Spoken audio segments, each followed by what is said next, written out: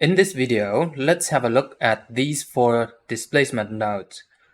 We have the gradient displacement, the radial displacement, shape displacement, and the wave displacement. So let's have a look at the gradient displacement. The gradient displacement will create a slope like this. It's a simple slope from low to high, and you can change the size of the slope, and you can also change the position of the slope like this, and you can rotate the direction of the slope.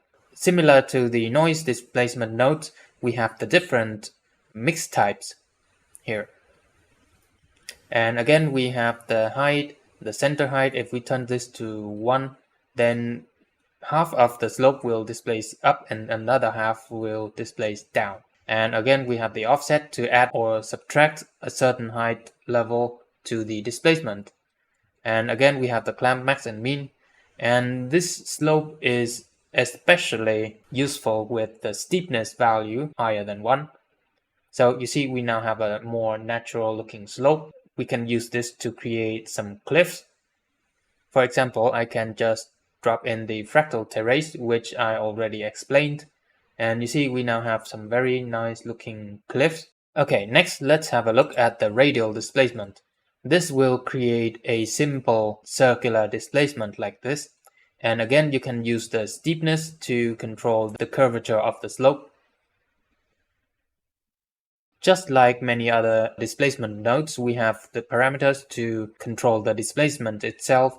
We have the scale, X and Y scale, to change the circular into a elliptical displacement. And you can change this angle to rotate the radial displacement. And again, we have the offset values to offset the position of the displacement. Next, we have the shape displacement. The shape displacement require a curved object to guide the displacement.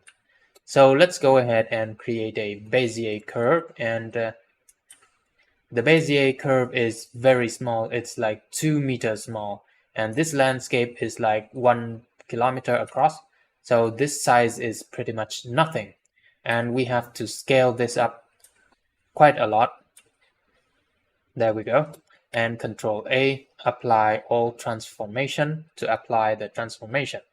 Okay, the shape doesn't have to have the height information. It just have to lay flat on the ground. Now we can pull in the Bezier curve into the landscape and connect this into the shape input of the shape displacement node. Let me just move this down here.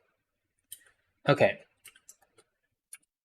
So right now it's automatically close the Bezier curve. If we don't want to do that, we can just sample edge instead, and it's sampling the edge of the curve object. And we can increase the spread to spread out from the guide curve. And again, we can change these parameters to further control the displacement. For example, the steepness. You see, we have a very nice looking mountain range. And finally, let's have a look at the wave displacement. So by default, this displacement node will use the sine wave displacement, but you can change this to triangle displacement or saw type displacement. We can actually change the size of the wave, the offset of the wave, as well as the direction of the wave. And then again, we have very similar parameters down here to further control the displacement. Before we finish the video, let's go ahead and finish the landscape. So I'm going to put in the fractal terrace and increase the size a little bit. Okay, that looks good. And then I'm going to add a erosion node. There we go. And go in here, lower the erosion power of the particles. Let's say 0.3.